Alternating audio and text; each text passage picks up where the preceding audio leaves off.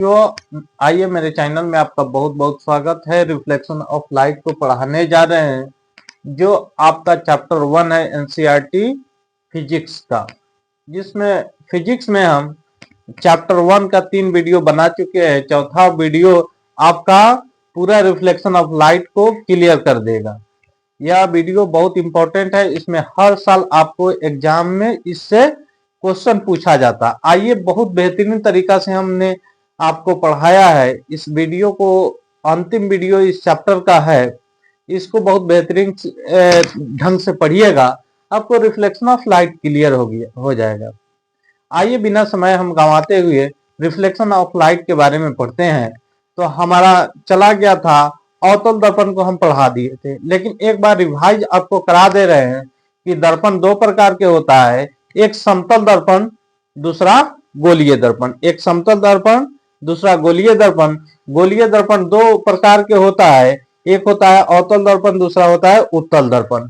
अवतल दर्पण, आइए गोलीय दर्पण का दो प्रकार होता है, अवतल दर्पण, अवतल दर्पण, इसको बोलते हैं अभिसारी दर्पण, अभिसारी दर्पण। इसी का नाम है नतोदर दर्पण, नतोदर दर्पण, नतोदर दर्पण। ठीक है, लेकिन जो आपके बुक में जो पढ़ना है मात्र दो ही, अवतल या अभिसारी दर्पण। ठीक है ना, लेकिन आप याद रखिएगा आगे कंपटीशन में आपको ये भी पूछ दिया जाता है कि नतोदर दर्पण भी। ठीक है, एक ही चीज है लेकिन नाम कितना है, 3 नाम है। ठीक है, हम सबसे पहले अवतल दर्पण को बनाना आपको हम बता दिए थे। आइए एक बार और हम देख लेते हैं अवतल दर्पण को कैसे बनाएंगे। तो समझिए, हम क्या ले लेंगे, अवतल दर्पण ले लेंगे, और आपको बोले थे कि हम राइट साइड में कलई करते हैं। किसी भी दर्पण में किधर कलई करते हैं, राइट साइड में। राइट साइड में हमने कलई कर दिया। ठीक है, ये क्या ले लिए हम, मुख्य अक्ष ले लिए। क्या ले लिए, मुख्य अक्ष ले लिए। इसको हम बोलते हैं पी। क्या बोलते हैं, पी यानी पोल यानी ध्रुव। इसको बोलते हैं सी। आप जानते हैं सी क्यों इसको बोलते हैं, सेंटर, क्योंकि यहीं पर रख के क्या किया गया है, वृत्त को बनाया गया है। यहीं पर रख के प्रकाल को, यहाँ पे रख के प्रकाल को क्या किया गया है, चारों तरफ से घुमाया गया है। तो ये हो गया सेंटर। इधर क्या हो गया, इधर आपका हो गया अनंत। क्या हो गया, अनंत हो गया। और सेंटर और पोल के बीच की दूरी को देखिए, जैसे हम वृत्त बनाते हैं, ये हमारा हो जाता है केंद्र। केंद्र को हम क्या बोलते हैं, सेंटर। यही सेंटर लिख दिए। और सेंटर से सेंटर कहाँ होता है, दोनों के बीच होता है। तो दोनों के बीच की दूरी को हम क्या बोलते हैं, त्रिज्या बोलते हैं। इसको क्या बोलते हैं, त्रिज्या। आई टोटल यहाँ तक को, यहाँ से लेके यहाँ तक को क्या बोलते हैं, हम व्यास बोलते हैं। व्यास क्या बोलते हैं, टोटल को व्यास बोलेंगे यानी डी बोलेंगे। क्या बोलेंगे, डी। डी बराबर क्या होता है, तो 2 इंटू आर। क्या होता है, 2 इंटू आर। अगर आर हमें निकालना होता है तो डी बाई 2 होता है। तो वही हमें जो सेंटर और पोल के बीच की दूरी को हम रेडियस बोलते हैं। रेडियस क्या होता है, रेडियस के बीच की दूरी को हम क्या बोलते हैं, फोकस बोलते हैं। फोकस, इसको याद रखिएगा। फोकस एफ बराबर क्या होता है, तो आर बाई 2 होता है। आर बाई 2, सॉरी इसको एफ लिखना चाहिए हमें। एफ बराबर क्या होता है, आर बाई 2। अगर आर पूछा जाए तो इसमें से 2 से गुना कर दिया, 2 इंटू एफ हो जाएगा। ठीक है ना। तो सबसे पहले आइए हम देखते हैं इसको पी, इसको एफ, इसको सी, इसको अनंत। देखिए हमें वस्तु को कितने तरीका से रख सकते हैं अवतल दर्पण में। तो अवतल दर्पण में हम 6 तरीका से वस्तु को रख सकते हैं। कितने तरीका से रख सकते हैं, 6 तरीका से। एक वस्तु को हम कहाँ रखेंगे, अनंत पर। एक वस्तु को कहाँ रखेंगे, अनंत पर। ठीक है, तो आपका फोकस प्रतिबिंब कहाँ बनेगा, फोकस पर। कहाँ बनेगा, फोकस पर। ठीक है, दूसरा हम अनंत और सेंटर के बीच रखेंगे वस्तु को। कहाँ, फोकस और सेंटर के बीच। फोकस और सेंटर के बीच, तो हमारा कहाँ बनेगा, प्रतिबिंब सेंटर और फोकस के बीच। देखिए जैसे एक कदम उधर से इधर आइएगा तो इसे प्रतिबिंब आगे घसकेगा, उधर इधर आइएगा दर्पण के तरफ तो प्रतिबिंब अनंत के तरफ बढ़ेगा। जैसे हम अनंत पर रखें, हमारा प्रतिबिंब कहाँ बना, फोकस पर। जैसे अनंत और सेंटर के बीच रखें, वैसे ही हमारा फोकस और सेंटर के बीच बना। अब हम रखेंगे वस्तु को सेंटर पर, तो हमारा प्रतिबिंब कहाँ बनेगा? सेंटर पर। अब जैसे हम वस्तु को रखेंगे कहाँ? सेंटर और फोकस के बीच, वही हमारा प्रतिबिंब कहाँ बनेगा? अनंत और सेंटर के बीच। जैसे वस्तु को हम कहाँ रखेंगे? फोकस पर। कहाँ रखेंगे? फोकस पर। वैसा ही हमारा वस्तु प्रतिबिंब बनेगा अनंत पर। जैसे हम फोकस और पोल के बीच को वस्तु को रखेंगे तो प्रतिबिंब कहाँ बनेगा? ओ पर। कहाँ बनेगा? ओ पर बनेगा। देखिए इसमें क्या होता है, इसमें दो को बनता है छोटा। क्या बनता है? छोटा। सेंटर पर जो बनता है क्या बनता है? बराबर। बराबर। और जो इधर लास्ट में ये दो को बना, ये बनता है बड़ा। क्या बना? बड़ा बना। ये जो बना सब प्रतिबिंब, ये क्या होगा? वास्तविक प्रतिबिंब बना। क्या बना? वास्तविक। जो वास्तविक होता है वो क्या होता है? उल्टा होता है। उल्टा होता है। जो वस्तु को हम कहाँ रखे हैं? फोकस और पोल के बीच, तो ही बना ओ पर। ओ पर कैसे होगा? यह होगा बड़ा होगा। बड़ा होगा और आभासी होगा। कैसा होगा? इसको लिख लीजिए, आभासी। आभासी यानी इसको बोलते हैं काल्पनिक। आभासी को ही काल्पनिक बोलते हैं। काल्पनिक। ये कैसे होगा? बड़ा होगा। अब बड़ा जो होता है वो क्या होता है? हमेशा काल्पनिक जो हमेशा सीधा होता है। क्या होता है? सीधा। क्या बनेगा? सीधा बनेगा। ठीक है, अब इसको आपने समझ लिया है। हम एक बार और इसको रफ पेज में बना देते हैं। ठीक है, इसको रफ पेज में हम बना देते हैं। देखिए रफ पेज में आप इसको देख लीजिए। देखिए हम क्या बनाएंगे? अवतल दर्पण लेंगे। ठीक है, ठीक ठीक। इसको क्या करना है, एक बार आपको रफ पेज में हम बता देना है कैसे आपको याद रखना है। ठीक है ना, यह बिल्कुल आसान तरीका से समझ में आएगा और इसमें ऑब्जेक्टिव आपका कभी क्लियर नहीं हुआ होगा, लेकिन इस वीडियो को देखने के बाद आपका बिल्कुल ऑब्जेक्टिव क्लियर हो जाएगा। यहां हम क्या रखेंगे? पोल। ये क्या होगा आपका? सेंटर हो गया। ये क्या हो गया आपका? फोकस हो गया। ये क्या हो गया? अनंत हो गया। हम वस्तु को रखेंगे अनंत पर, 1 नंबर। तो प्रतिबिंब कहां बनेगा? फोकस पर, 1 नंबर। हम वस्तु को रखेंगे अनंत और सेंटर के बीच। अनंत और सेंटर के बीच 2 नंबर। तो हमारा कहां बना है? सेंटर और फोकस के बीच, यहाँ 2 नंबर। हम जब से हम ए रखेंगे सेंटर पर 3 नंबर, तो हमारे वस्तु प्रतिबिंब कहां बनेगा? 3 नंबर सेंटर पर। जैसे हम सेंटर और फोकस के बीच रखेंगे 4 नंबर, तो इसे हमारा वस्तु कहां बनेगा? अनंत और सेंटर के बीच 4 नंबर। जैसे हम रखेंगे 5 नंबर यानी फोकस पर, वैसे कहां बनेगा हमारा? अनंत पर 5 नंबर।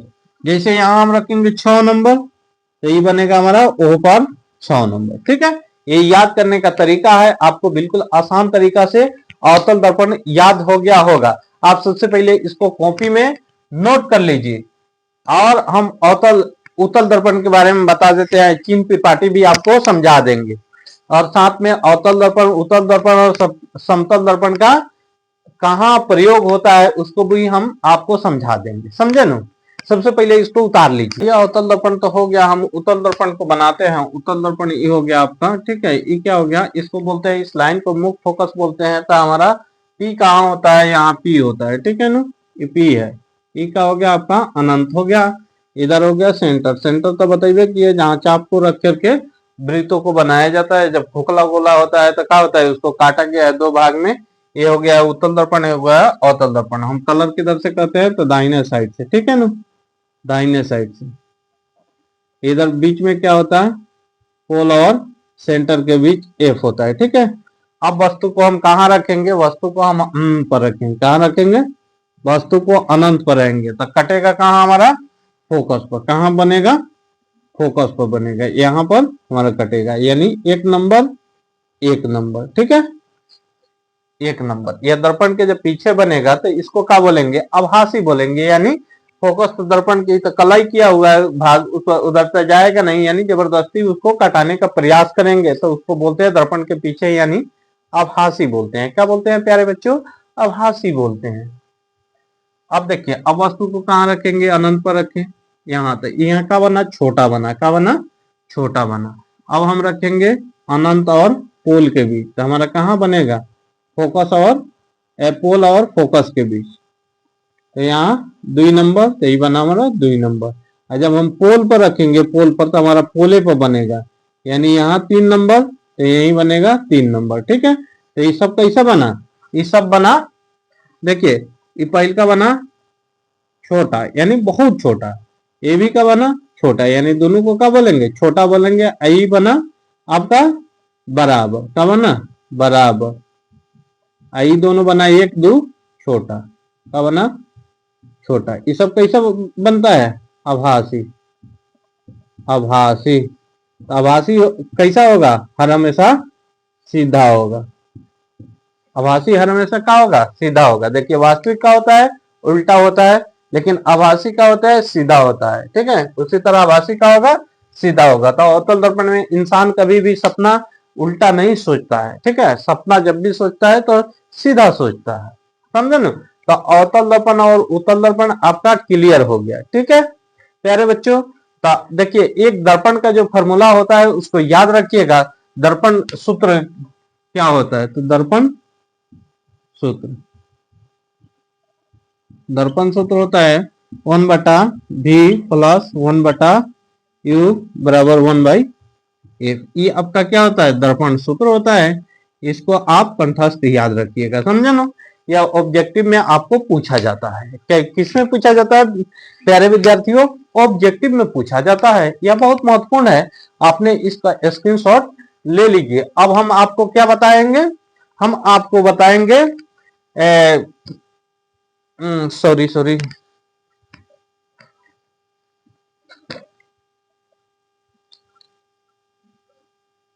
आपको हम बताने जा रहे हैं चिन्ह त्रिपाठी। क्या बताने जा रहे हैं, चिन्ह त्रिपाठी। चिन्ह त्रिपाठी आपको बहुत आसान तरीका से समझ में आएगा, क्योंकि आपने मैथ पढ़ा होगा। तो सबसे पहले हम मैथ में समझ लेते हैं। देखिए इसको क्या बोलते हैं, y, इसको बोलते हैं y डैश। ठीक है, इसको बोलते हैं हम x डैश। ठीक है, जिधर डैश होता है उधर क्या होता है, माइनस वाले चिन्ह होते हैं। क्या होते हैं, माइनस वाले चिन्ह। तो इधर क्या क्या आपका चलता है, प्लस प्लस प्लस प्लस। ठीक है, ऊपर क्या चलता है, प्लस प्लस प्लस। ठीक है, इधर माइनस माइनस माइनस। ठीक है, इधर माइनस माइनस माइनस माइनस। ठीक है, तो यहां हम मैथ में इसको क्या मानते हैं, इसको 0 मानते हैं। यानी आगे हम 0 के आगे प्लस की ओर जाते हैं, 0 के पीछे माइनस की तरफ जाते हैं। ठीक है ना, ऊपर प्लस की ओर और जब नीचे माइनस की ओर। यानी जब भी हम धन कमाते हैं, पैसा पैसा, तो वो आपका प्लस होता है, और जैसे हम खर्च करते हैं वो क्या हो जाता है, हमारा माइनस हो जाता है। ठीक है, तो इसको हम क्या बोलते हैं, मैथ में बोलते हैं ओरिजन पॉइंट। क्या बोलते हैं, ओरिजन पॉइंट, यानी मूल बिंदु। ठीक है, लेकिन वही फिजिक्स की जो बात होती है तो सेम वैसा ही है। इसको बोलते हैं हम धनात्मक। धनात्मक क्या होता है, धनात्मक। उसी प्रकार ऊपर जाएगा तो वो भी क्या हो जाएगा, धनात्मक। धनात्मक, ठीक है, पॉजिटिव हो जाएगा इधर, और ऊपर जब जाएगा उस समय धनात्मक हो जाएगा। इधर क्या हो जाएगा, ऋणात्मक। क्या हो जाएगा, ऋणात्मक। ये वाला जो हो जाएगा, ये लाइन क्या हो जाएगा, ऋणात्मक हो जाएगा, ऋणात्मक हो जाएगा। नीचे भी आपका क्या हो जाएगा, ऋणात्मक हो जाएगा। ठीक है, इसको हम क्या बोलते हैं, इसको पी बोलते हैं। हम पी से इसको सूचित करते हैं। यहाँ क्या बोलते हैं, ओरिजिन पॉइंट बोलते हैं। मैथ में ओरिजिन पॉइंट बोलते हैं, और फिजिक्स में पी बोलते हैं। पी यानी ध्रुव। जैसे पी यहाँ आप देखे होइएगा, यहाँ पी से पोल से सूचित करते हैं। यहीं से क्या होता है, इधर पॉजिटिव इधर नेगेटिव। इसको हम इधर देखते हैं। ठीक है ना, यह चिन्ह त्रिपाठी भी आपको क्लियर, बखूबी क्लियर हो गया होगा। प्यारे विद्यार्थियों, अब हम अवतल दर्पण, उत्तल दर्पण और समतल दर्पण का उपयोग देख लेते हैं।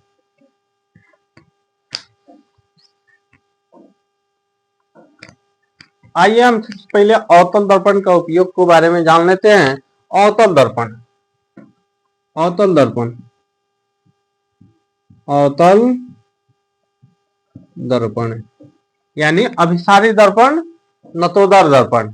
देखिए उत्तल दर्पण को क्या बोलते हैं, उन्नोत्तर दर्पण। ठीक है, अवतल दर्पण के बारे में हम जान लीजिए। अवतल दर्पण का उपयोग क्या होता है, तो अवतल दर्पण का उपयोग हजामती दर्पण के रूप में किया जाता है। जैसे हजाम लोग जाइएगा सैलून में दाढ़ी बनवाने तो हजाम लोग शीशा लगाया रहता है। देखिए छोटा सा दाढ़ी होगा उसको क्या करेगा, थोड़ा सा बड़ा करके दिखाएगा। ठीक है, अवतल दर्पण का उपयोग कहाँ करते हैं, हजामती दर्पण में करते हैं। अवतल दर्पण का उपयोग सौर भट्ठी के रूप में करते हैं। अवतल दर्पण का उपयोग कहाँ होता है, सौर भट्ठी के रूप में करते हैं। अवतल दर्पण का उपयोग डॉक्टरों के द्वारा नाक कान आंख की जांच करने में किया जाता है। ठीक है, इत्यादि जगहों पर अवतल दर्पण का प्रयोग किया जाता है। तो इस सारे चीजों को आप ऑब्जेक्टिव में याद रखिएगा, पूछ देगा ऑब्जेक्टिव में कि अवतल दर्पण का उपयोग कहाँ होता है। 4 ऑप्शन दे देगा, जिसमें से 3 ऑप्शन कोई अदर वाला रहेगा, 1 ऑप्शन अवतल दर्पण वाला होगा। तो जो अवतल दर्पण में लगेगा उस पर चार्ट लगाइएगा। उसी प्रकार उत्तल दर्पण का उपयोग को जान लीजिए, सुन लीजिए, आप याद रखिएगा। उत्तल दर्पण इसको कहा, हजामत में, हजामत में, सौर भट्ठी में, सौर भट्ठी, नाक कान आंख के डॉक्टर द्वारा इत्यादि में। ठीक है, इत्यादि में अवतल दर्पण का उपयोग होता है। उत्तल दर्पण का उपयोग गाड़ी के साइड मिरर में, देखिए उत्तल दर्पण का उपयोग है, जैसे मोटरसाइकिल आप चलाते हैं जो बगल वाला शीशा रहता है उसमें उसका उपयोग होता है, क्योंकि बड़ी से बड़ी गाड़ी बस वस्तुओं को आपको छोटा करके दिखाया जा सके। तो इसका उपयोग किस में करते हैं, गाड़ी के साइड मिरर में। जहां जहां बड़े वस्तुओं को छोटा करके दिखाने के लिए प्रयोग होता है वहां हम किसका प्रयोग करते हैं, उत्तल दर्पण का प्रयोग करते हैं। अब आ जाइए समतल दर्पण का। समतल दर्पण का उपयोग वस्तुओं को सम्मान दिखाने के लिए किया जाता है। जैसे गाड़ी के सामने वाला जो शीशा होता है वो किसका बना होता है, तो वो समतल दर्पण का बना होता है। ठीक है, अब आपका ये 4 वीडियो में क्या हो गया, आपका द एंड हो गया है चैप्टर आपका, यह एंड हो गया। रिफ्लेक्शन ऑफ लाइट, प्रकाश का परावर्तन। मैं आशा और पूर्ण विश्वास के साथ कह सकता हूं कि आपको जब एग्जाम देंगे चारों वीडियो को देख लीजिएगा तो आपका एक भी क्वेश्चन एग्जाम में नहीं छूटेगा। समझे विद्यार्थियों, और मेरा शुभकामनाएं हैं कि आप बेहतर से बेहतर तैयारी करते रहिए और मेरे चैनल से जुड़े रहिए। जो इस साल लोग एग्जाम दिया है, मेरे चैनल को कम ही वीडियो हमने अपलोड किया है, लेकिन उस वीडियो से बहुत सारे बच्चों को त्रिकोणमिति के क्वेश्चनों से उसको लाभ मिला है, जो हमें बताए हैं कि हाँ सर ऐसा ही वीडियो को आप बनाते रहिए, इससे बोर्ड में हम लोगों को बहुत बेहतर लाभ हुआ है। इतना कम वीडियो से हमें बहुत इतना अधिक लाभ मिला है, तो आप पूरा सिलेबस पढ़ाइएगा तो हमें कितना लाभ होगा। इस प्रकार बच्चों ने अपना रिव्यू दिया है बोर्ड एग्जाम देने के बाद। खत्म हो गया, अब हम प्रकाश का परावर्तन खत्म हो गया, अब हम मिलेंगे प्रकाश के अपवर्तन में। चलते हैं, फिर मिलेंगे नेक्स्ट वीडियो में। Thank you.